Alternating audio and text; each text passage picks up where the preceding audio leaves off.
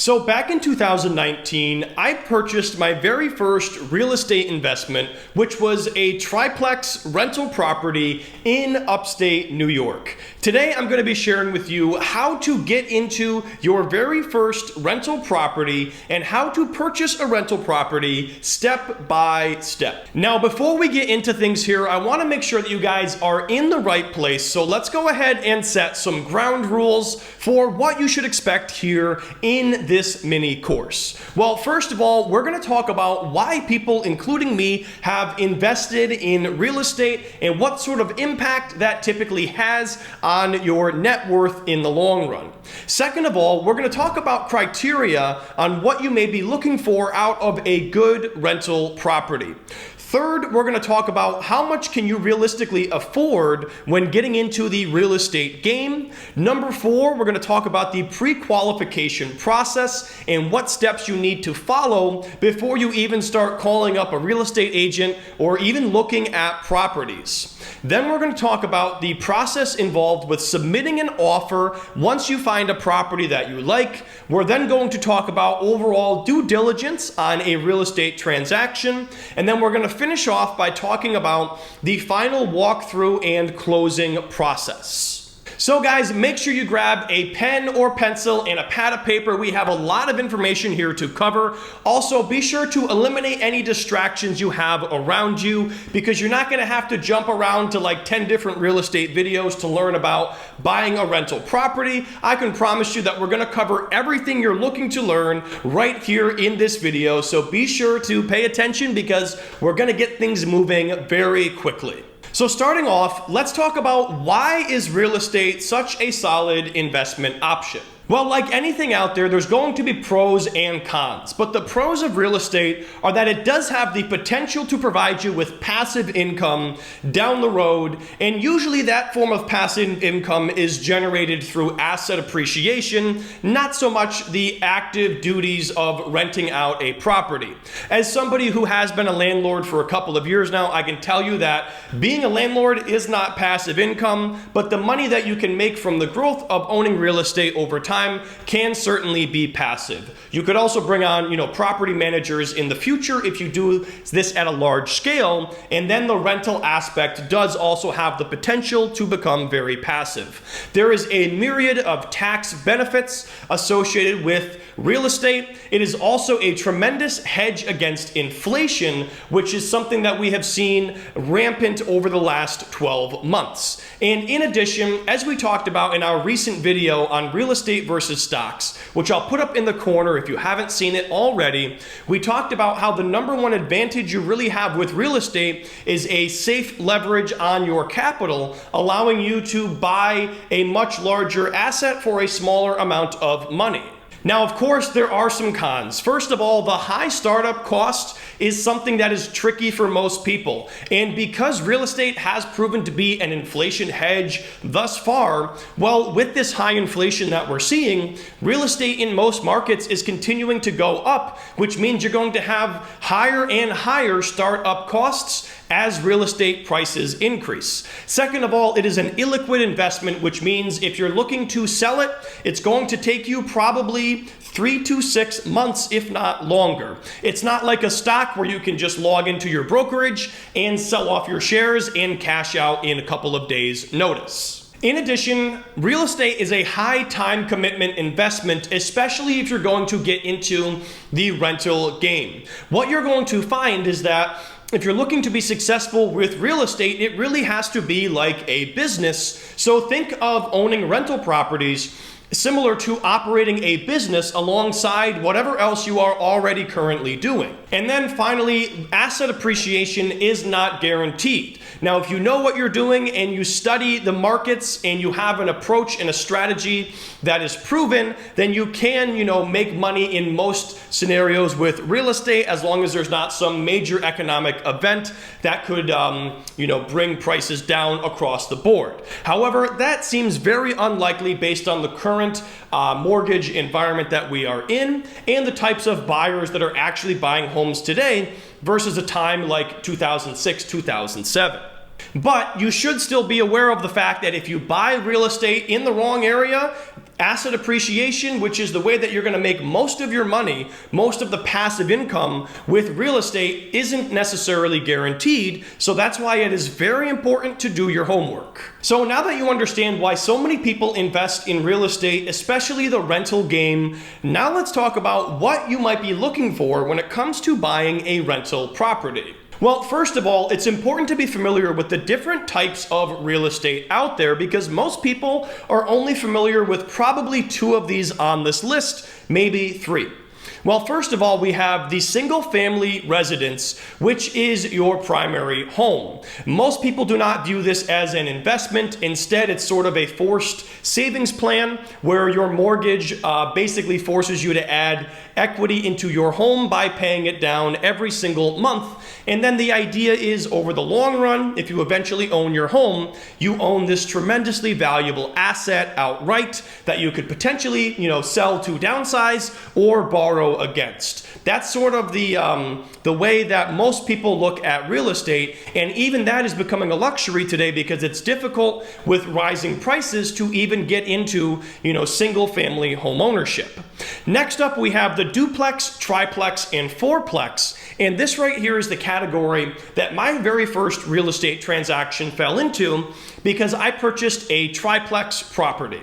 When it comes to a rental property, this is really what you're going to be looking for is anything that is 2 to 4 units. And this is for a number of reasons. But the biggest here is the fact that if you have a single family house, you're not having any diversification with your tenants. And if you have that tenant not paying you or if there's a vacancy, you're out 100% of the income from that property.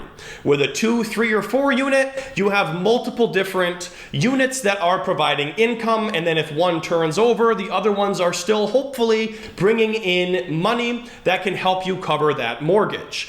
Also, anything beyond a 4-unit property is going to require a commercial loan. So that is why most of the smaller time players, or especially when you're just getting started, you're going to stick to that 2 to 4 unit window because that is the easiest to get a loan for. And it's also going to be good to hedge against vacancies and different things like that. You can also follow a great strategy known as house hacking, which is what I did. I occupied my rental property for a little over a year and a half, allowing me to live for free while the mortgage was getting paid down by my rental units. So then after that, we have a condo, and this is something that is very popular where I have my other real estate, and that is in Miami Beach, Florida. So in early 2021, I actually relocated to South Florida, bought a house down there to sort of flip and renovate while we were living in it, which has had mixed results, I will say that, but now we are largely done with all of the work. But down there, it is very common for people to actually buy a condo, which is essentially like buying an apartment within a building. Generally speaking, these are not very good investments and they don't make for great rentals because for the same reasons as single family residential, you're limited to just one tenant and you are not diversified in the least. So then we have short-term vacation rentals. That is another category that is growing in popularity, and that might be a good fit for single family residential or renting out a condo, but that is pretty much a totally separate category and not something we're going to dive into too much in this video. And then lastly, we have big scale apartment buildings. These require a commercial loan. It's also called commercial real estate, and that is going to be big apartment buildings, anything with greater than 4 units. Now, when it comes down to what you're looking for, it largely has to do with this table right here that talks about the cost with getting started, the complexity with operating this business, and then how easy it is to liquidate, the potential for HOA fees, and then furnishing costs. Now, obviously, guys, single family and multifamily real estate all the way on the left, those are going to be your best 2 options. We're not really going to get into the stuff on the right there because in most most cases, renting out condos, as I said, isn't going to be your best option because of a lack of diversification. But with single family residential and multifamily, it's going to be a lower cost and a lower to medium amount of complexity. The only difference in terms of complexity between single and multifamily is just having multiple tenants and multiple checks and relationships that you're managing versus just one. However, you should now look at that as a great method of diversification because of things like vacancies, as we said.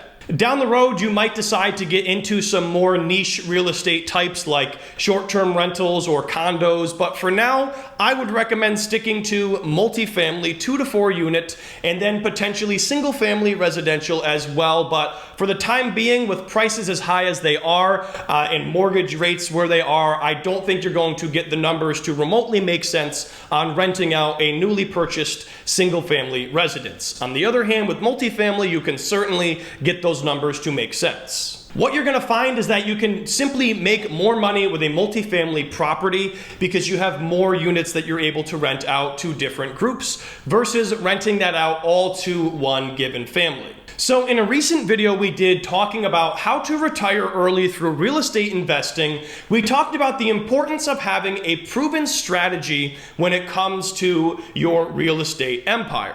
And that is because those who are successful with real estate are the same people that treat it exactly like a business, and so they are not messing around with mixing their personal assets and taking the rental income from their property and going out and buying a boat. Nothing like that. All of the money from the business goes back into the business with this idea of buying and owning more real estate over time. But we're going to look at right here 3 common strategies that people follow when it comes to real estate investing. And we've already talked briefly about some of them, but we're just going to cover them with a bit more detail because this is really probably one of the 3 strategies that you're going to go with. Also, if you want to check out that full video on early retirement through real estate investing, there is going to be a link down below, and I will also put a card up in the corner so you can check that out at the end of this video. So the first strategy is the simple buy and hold. This is where you're looking to buy a long-term rent-ready property, something that you don't have to do any work to. Maybe you have to paint it and change out a carpet or something like that, but we're talking about the most minimal work involved, where you're simply looking to rent it as fast as possible and hold on to it for the long run, looking to make money from the primarily asset appreciation. The second one is BRRRR, and this is the strategy that most people follow when they're looking to reach early retirement through real estate, which is what we covered in that other video. This is where you buy, rehab, rent, refinance, and repeat. So if you're curious about that strategy and how something like a cash out refi works, be sure to check out that video. And then third and finally, we have house hacking, which is actually what I did myself.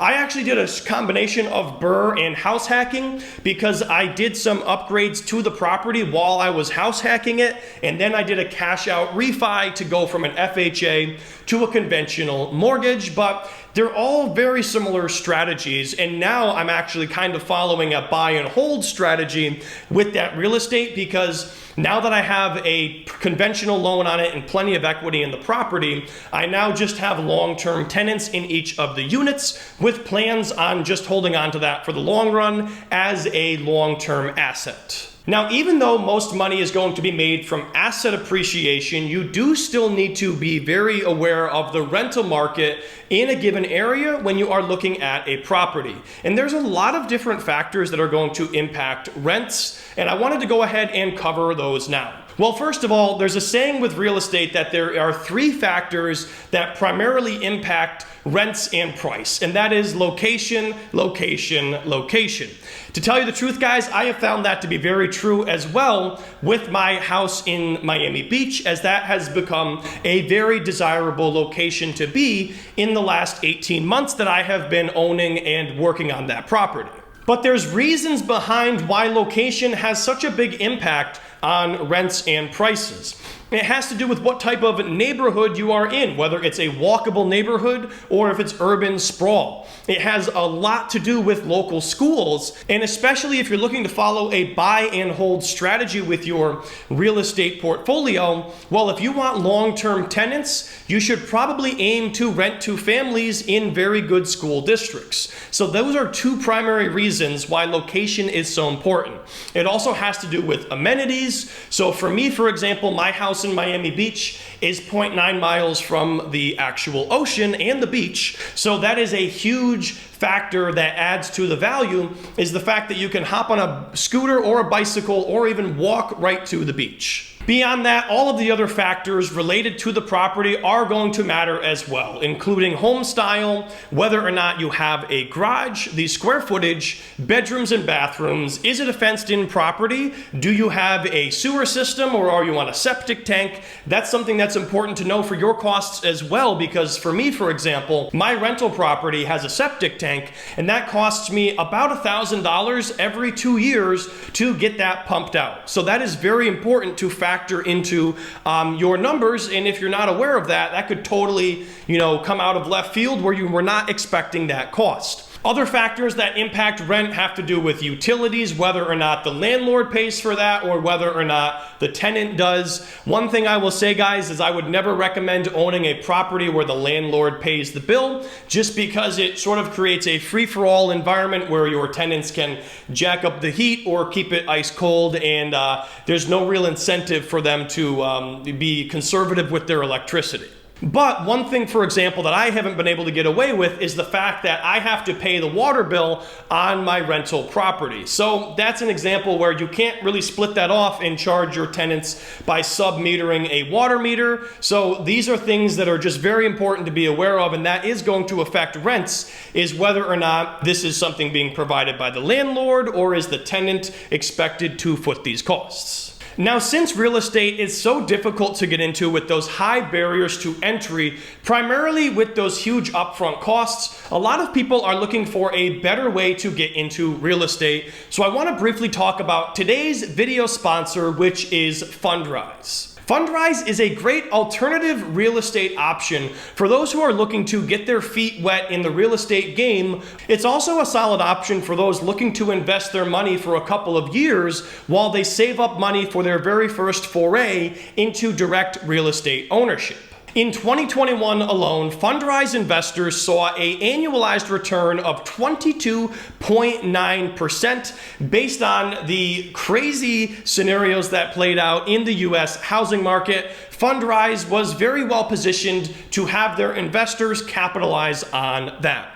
There's over 300,000 active Fundrise investors, and the Fundrise team has completed over $7 billion in transactions. Also, there are dividends earned when you invest in the portfolios, and Fundrise to date has paid over $160 million to investors in the form of dividends. You can also reinvest those dividends, allowing you to earn compound interest, and this can be done automatically within your Fundrise dashboard. Fundrise is a great option to invest in real estate as an inflation hedge with 5 unique investment plans. It's quick and easy when you can set up an account in minutes, and not to mention you will also have a high level of diversity because you're owning a little piece of real estate all across the United States, not just real estate in one specific market, which would be the case with most direct real estate investments. And specifically, here is why Fundrise is well positioned for today's market environment.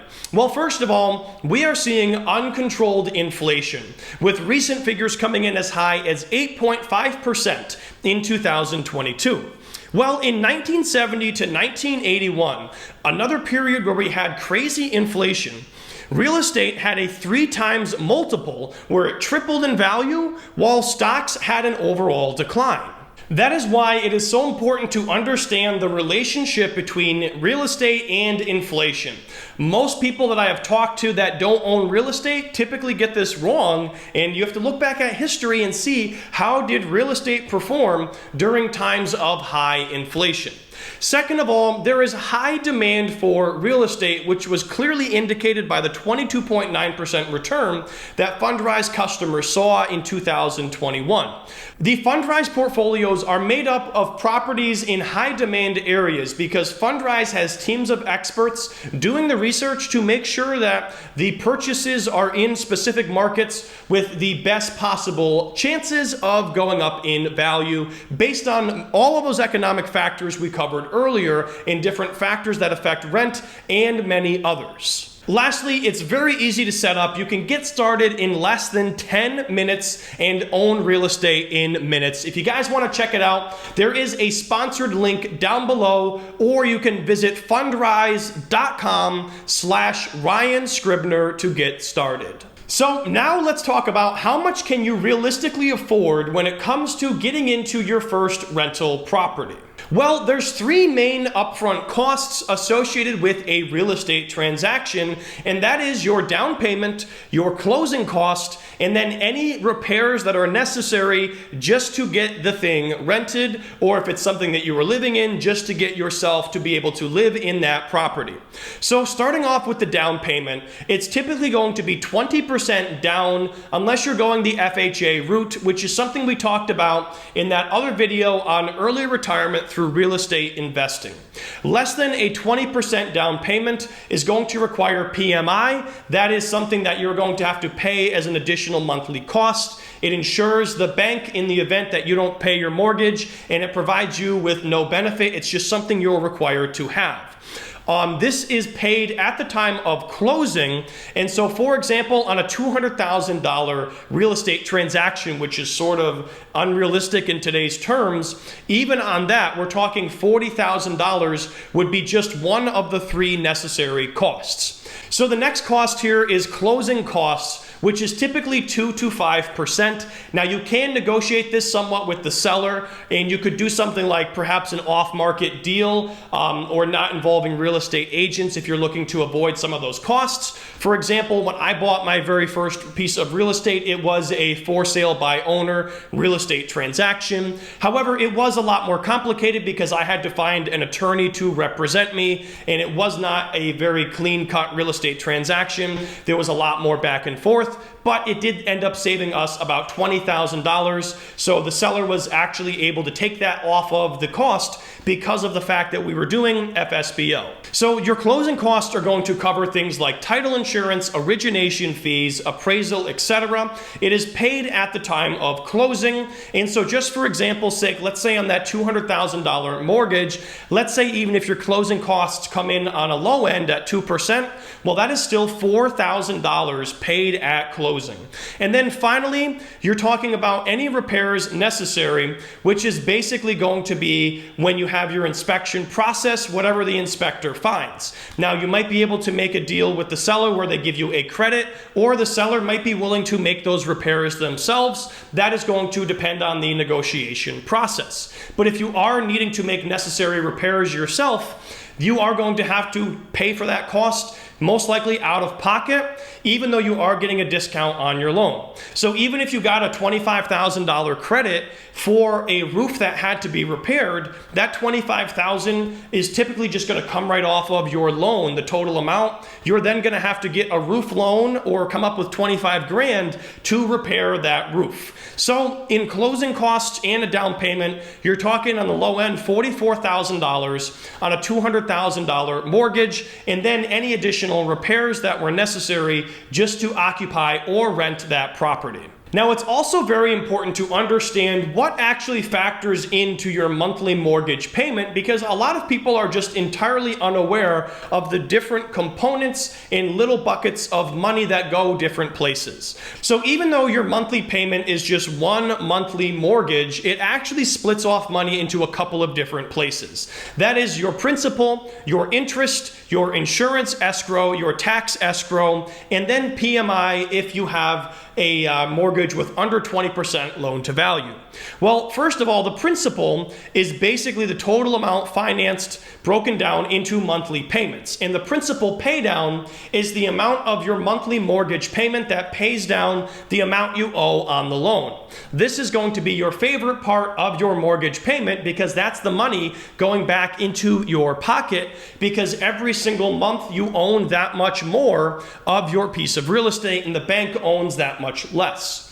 Next, we have the interest. And this is depending on your credit score as well as whatever the market is. Right now, mortgage interest rates are much higher than they were a year ago. But for me, for example, I locked in a 2.75 30-year back in January 2021, and now we are somewhere in the 6% range. Next, you have your insurance and taxes, which actually go into an escrow account, which basically means the money is set aside for big bills that come due once a year, which is your taxes, property taxes or school taxes, as well as your homeowner's insurance. So that is going to be pulled out and put into a separate escrow account by your mortgage company. And then finally, you have PMI, private mortgage insurance. This is going to be a necessary cost if you have under 20% equity in your property. Now, when it comes down to a set number on how much you could afford with a rental property, what you're really trying to figure out here is, in the event that you didn't have a tenant in your property or you weren't collecting rent, would you still be able to survive financially? If the answer is no, then you're probably taking on a property that isn't going to make sense for you. Like, for example, if it's a single family house and if it's not rented out and you're not able to pay the mortgage for 6 months and you get foreclosed, that is a terrible situation. But if you have a 3-unit and you're saying, okay, even with 2 units occupied, I could still make it by if I had to, that is the type of scenario that you would most likely want to find yourself in because you're diversified across different tenants. But a rule of thumb that a lot of people recommend is called this 28% rule. So the 28% rule states that your monthly payment on your rental property should not exceed 28% of your gross monthly income. And this is because your bank uses your debt to income ratio to determine how much that you can borrow. So not only will this help you ensure that you're not taking on too much leverage, it also helps you to make sure that you're looking within the right realm of where the bank might even approve you for that given loan. So let's say, for example, your total monthly gross income is $12,500. Following the 28% rule, you would want to have a mortgage payment of no greater than $3,500 per month. And essentially, this would give you a debt to income ratio of 28%. Now, of course, you would be then renting out that property and ideally having a cash flow in excess of your mortgage payment. And hey, that might even increase your total monthly gross income over time, making it so you can have a greater and greater mortgage payment because of the larger amount of monthly income. So let's now talk about the rent of your property and why it's so important to set this appropriately.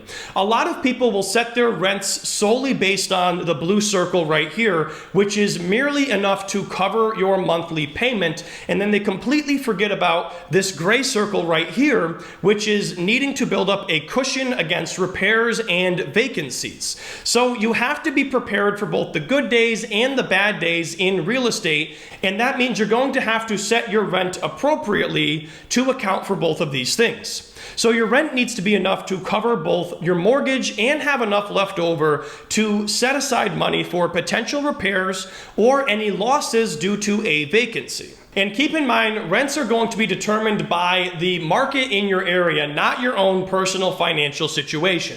That being said, it is common, especially these days, for people to be having their rental units below market rent, and then they may not realize that they're not even taking on enough money to be setting aside money for major costs like HVAC, roof repairs, etc. So definitely, long before you even begin thinking about looking at properties, one of the very first things you should do is conduct market research to determine what reasonable rents are in that given area. So how much are some of these normal costs associated with owning real estate? Well, they can honestly be quite staggering. And with inflation running rampant, as we've already talked about, they're only expected to grow over time. So for example, talking about a roof replacement of $14,000, I will tell you that I just did a tile roof in Miami Beach, and with permits and materials, etc., that was actually $36,000. And I was told that was cheap because most people spend $40,000.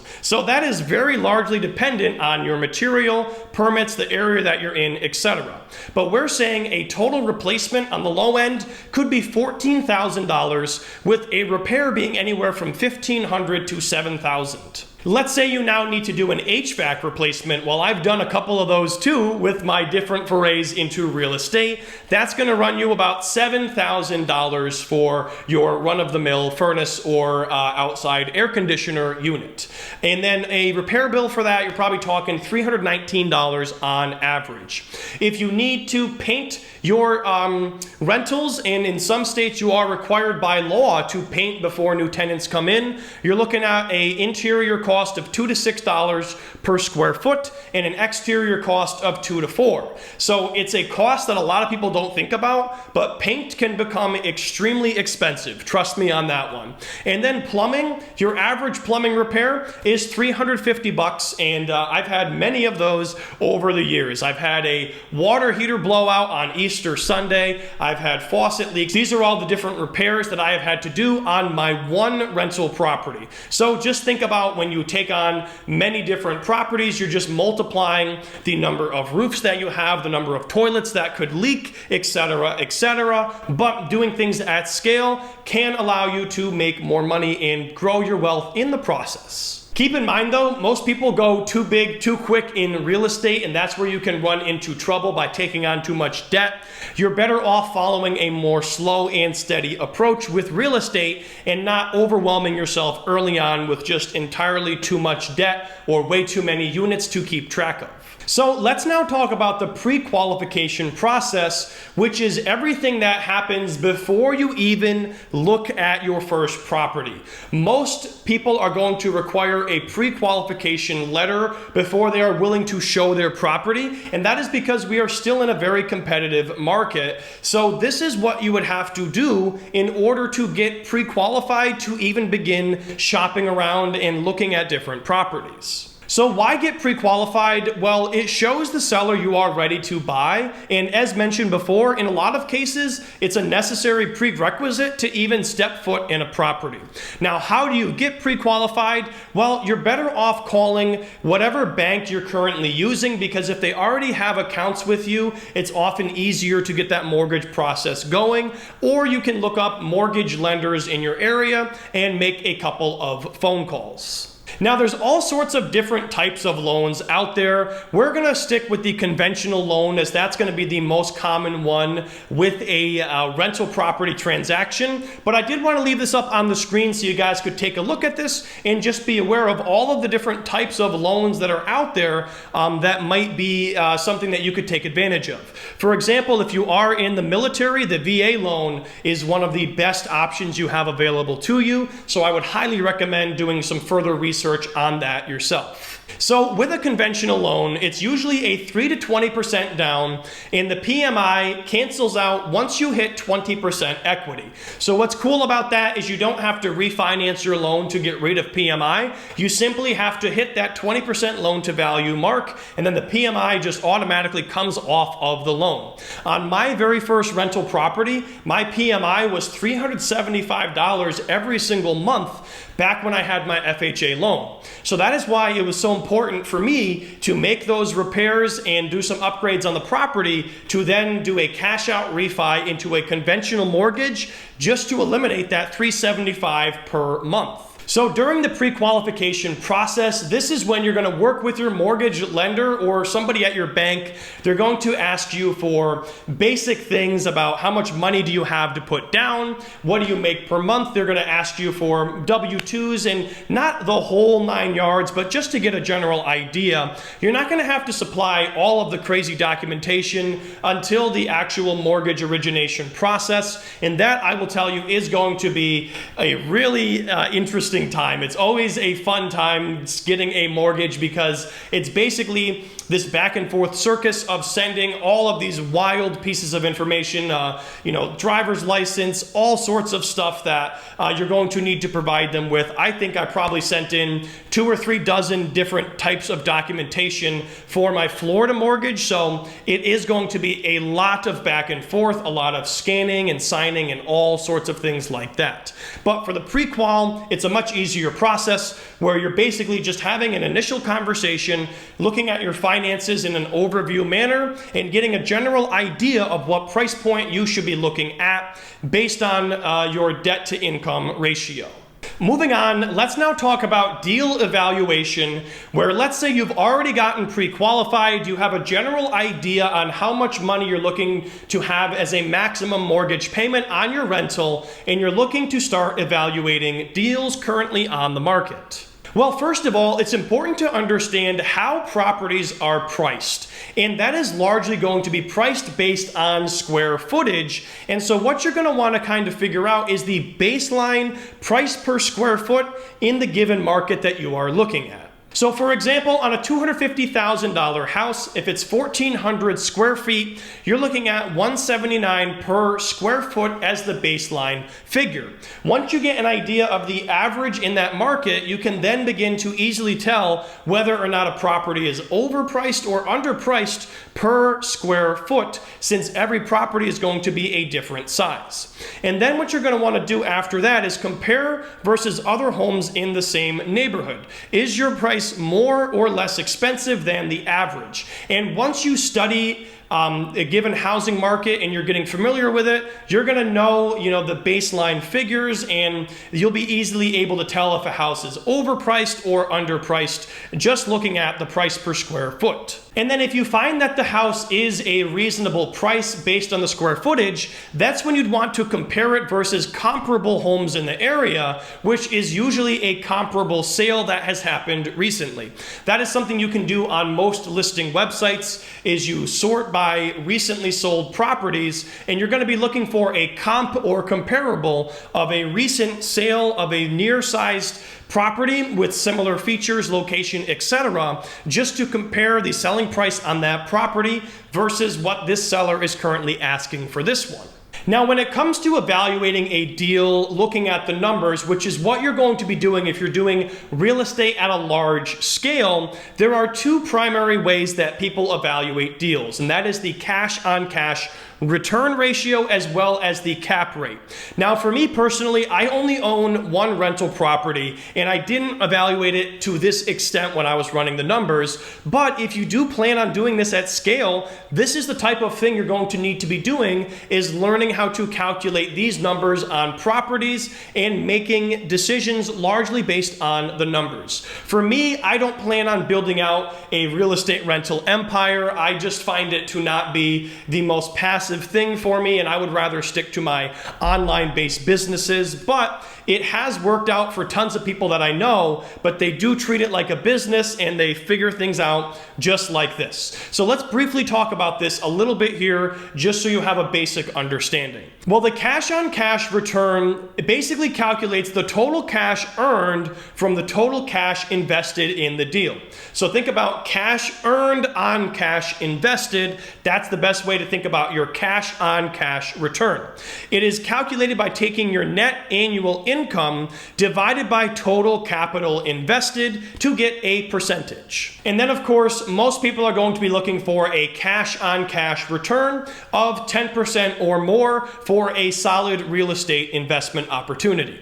Now, where you calculate those figures, well, net annual income is going to come from taking total earnings minus monthly payments minus a dollar figure accounting for the monthly cost of future repairs. And then for total capital invested, that's going to be your down payment plus your closing cost plus your necessary repairs just to get the property occupied. Now, the other deal evaluation metric that you should be familiar with as well is called the cap rate or capitalization rate. Well, this is the ratio between a property's net income and current market value.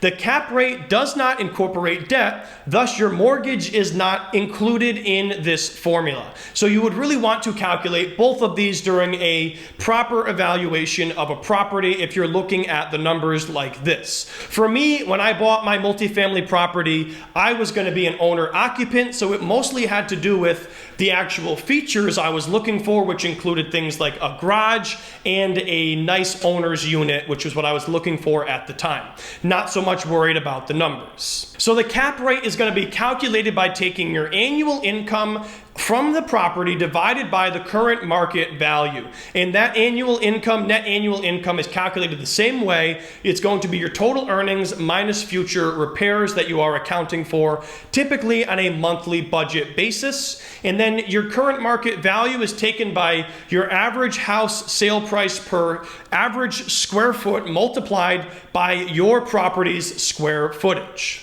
So that is how you calculate your cash-on-cash rate of return as well as the cap rate on a given rental property. You would then want to get in the network with other local real estate investors and ask them, hey, what type of cap rate and cash-on-cash return are you looking for on a good rental property in this market? At that point, you would calculate numbers like this on different properties and look to find a deal that matches or is potentially better than what other real estate investors look for in your area. So now let's talk about actually submitting an offer on a rental property. Well, it usually looks like this three-step process right here. After you take a look at the property with your real estate agent, you're going to determine the offer price. And in most scenarios, it's going to be a lesser dollar amount than what the person is actually asking for.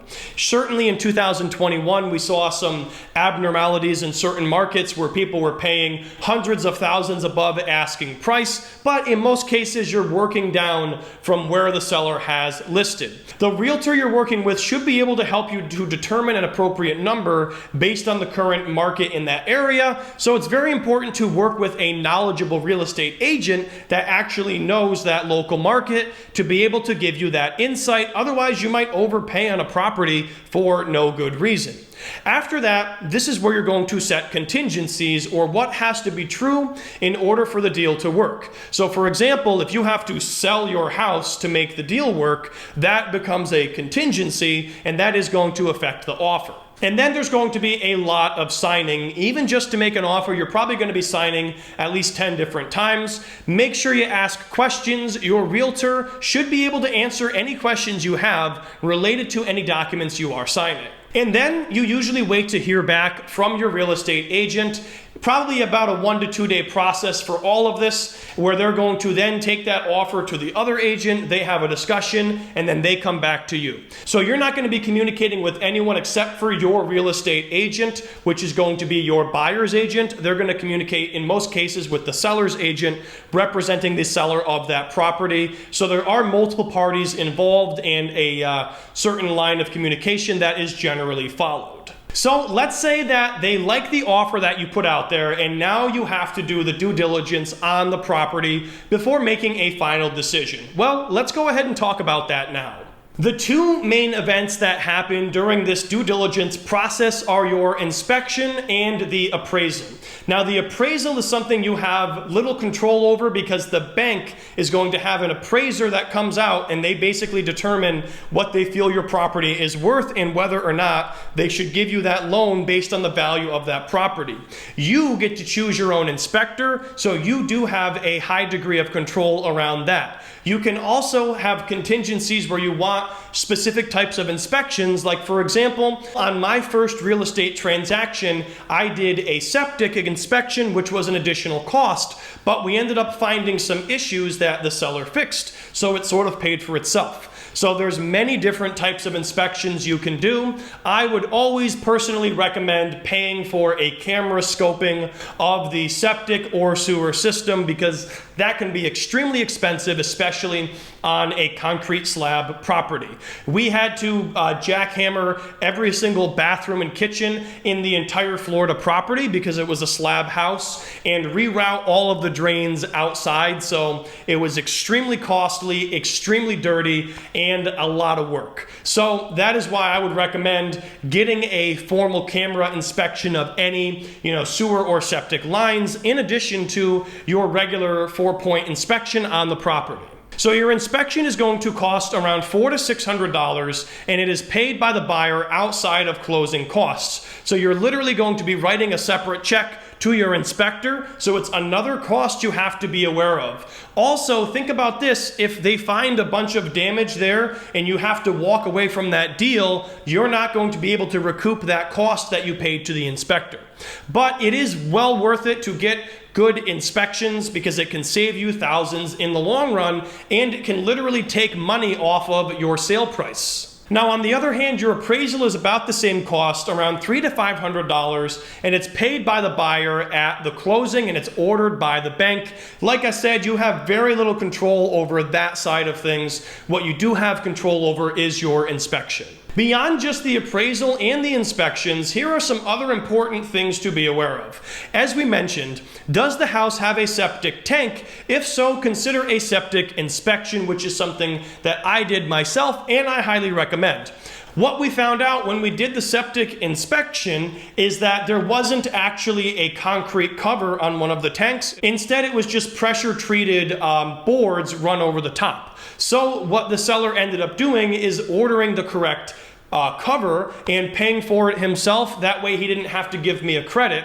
So even though I did spend, a couple $100s on that septic inspection, I got a cover installed that probably would have cost me $1,500. So it ended up being well worth it in the long run. Another consideration is the house in a wooded area? If so, you might want to consider a termite inspection. This would be especially true in warmer markets too. There's a lot of termites in South Florida, so that's another area where that is definitely something you're going to want to have a separate inspection on. Another thing to consider is whether or not the house is in a flood zone, because that is going to have a huge impact on your insurability as well as your insurance premium.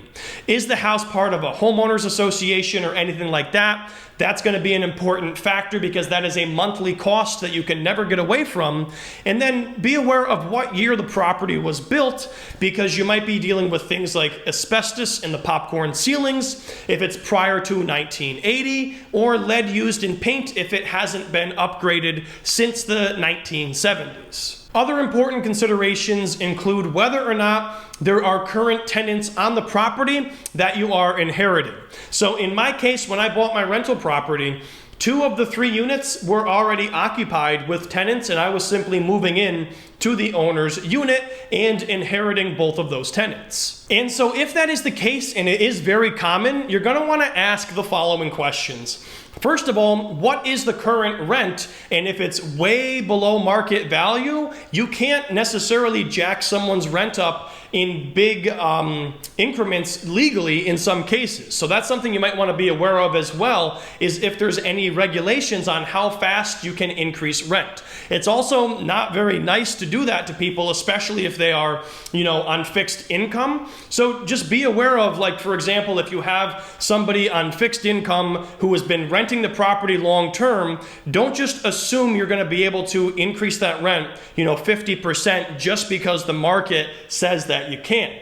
You may find it not to be the case for many different reasons that it is that easy. Another consideration that you should be aware of is, was there a security deposit received from the original tenant? Because if so, that should be transferred to the new owner and will be accounted for during that closing process. It might just be a couple $100, but it's money that you are entitled to, so you should ask these questions. Also, what is the current rental agreement? It's important to know if your tenants are on a lease or if they are month to month, what type of operation is in place. Another thing that you can do here is that if the property is currently occupied, you could speak with these tenants and ask them questions about what they like or dislike about the property, neighborhood, etc., which can cue you into important details before making a final decision. So let's now talk about how the due diligence process can lead to potential negotiations from both the inspection process, the appraisal process, and then other areas entirely. Well, through the inspection process, this is going to show you if there's anything that is damaged or anything that is just not built or done correctly, as was the case with one of my septic tanks. And then at that point, you can ask the seller to repair any problems or provide a credit at closing, and usually they're going to do a mix of these two things. So for me, at my property, the seller fixed a couple of things, and then there was a few things that he was willing to give me a credit for, and this was also the case with my single family home purchase down in Florida, where they gave me like a $3,000 credit related to something to do with a shower that wasn't working. I think it was a faucet. It was really just sort of like, we asked for it to see if they could do it, and they were like, sure, no problem, here's a $3,000 credit, but it was a very hot market, so we really weren't even expecting it, and it was kind of cool to get it. So in my opinion, you should always ask for something, because the worst they're going to do is say no, and you might be surprised because they may end up saying yes. You're always going to find something on that inspection report, but whether or not you can use that to get some money at closing depends on what you have going on. Now, as far as the appraisal goes, this is another area where you can negotiate on the price, because if the appraised value is less than the asking price, then you should be negotiating a reduced price, and you should also be having a couple red flags go off, because the bank is telling you, we don't think that the house or the property is worth what you're trying to buy it for. So I would encourage you to go back to your calculations and maybe look at, the cap rate or the cash on cash rate of return, and make sure the numbers make sense on the property in the first place. And then in that other category, you might want to have discussions about things like furniture, appliances, etc. And there are often cases where, there might be a sideline deal where you're paying the seller a set amount of money to hold on to appliances, furniture, and different things like that. So that is all handled here during this negotiation process. Okay, so let's now assume that the appraisal went well and you came in under the appraised value with what you are looking to buy it for, so there's no issues with securing a loan from the bank. And let's say during the inspection process, you were able to get a couple of issues resolved, and let's say a $5,000 credit at closing for a couple of other odds and ends. The next step after that would be your final walkthrough and your closing, so let's go ahead and cover those now. Keep in mind here that your final walkthrough is really your last chance for any unresolved issues that may be at play. So for example, let's say during your final walkthrough, you realize that the refrigerator that you agreed was staying with the house suddenly disappeared. Well, you still have a legal leg to stand on in terms of negotiation, because the contract and everything isn't fully closed and executed. So you can push back and say, hey, I want my fridge, or I want some type of credit. If you don't notice this, and then next thing you know, that comes into play way later on, you may not be able to do anything about it other than some type of separate legal action against that seller, which is probably not going to be very fruitful or worthwhile on something like a fridge. So during your final walkthrough, this is what I recommend looking at. First of all, has the seller moved all belongings out? And you can check in things like the attic and crawl spaces and make sure that they're not leaving behind any junk that you're going to have to deal with. Second of all, have the necessary repairs that were negotiated during the inspection process actually been completed.